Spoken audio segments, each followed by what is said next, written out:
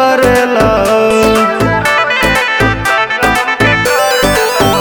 भोला भंगिया बिना नहीं रहेला, रोजे रोजे तू तंग हमके करेला। सिलवट पे तू रोज पिसवावेला ना, तोहर आदत बाहर सावन साल के। गांजा भाग के भोग तू लगावेला ना, हो गांजा भाग के भोग तू लगावेला ना।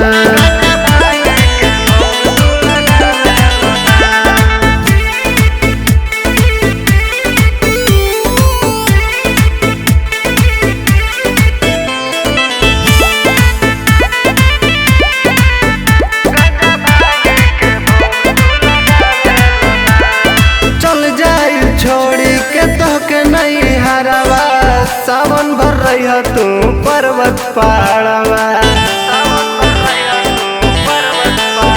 हो चल जाए छोड़ी के तोहके नहीं हरवा, सावन भर रही तू पर्वत पहाड़वा। बड़ी होला परेशानी रिमझिम बरसात पानी, बड़ी होला परेशानी रिमझिम बरसात पानी। सोनमा के महल बनवाई दिना, तोहर आदत बाहर सावन साल के। गांजा भाग के भोग तू लगावेला ना,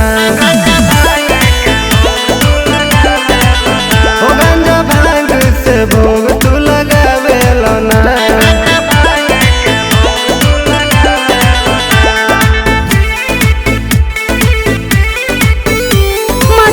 रिकॉर्डिंग स्टूडियो सूरत।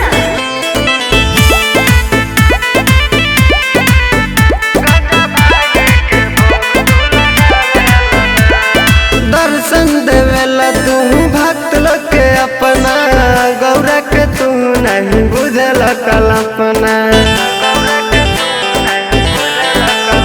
हो दर्शन देवेला तू भक्त लोग के अपना, गौरा के तू नहीं बुझल कल्पना।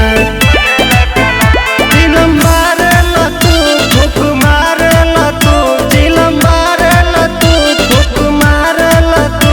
अब यारे आके दुख तू बुझेला कि ना, तोहर आदत बाहर सावन साल के। गांजा भाग के भोग तू लगावेला ना।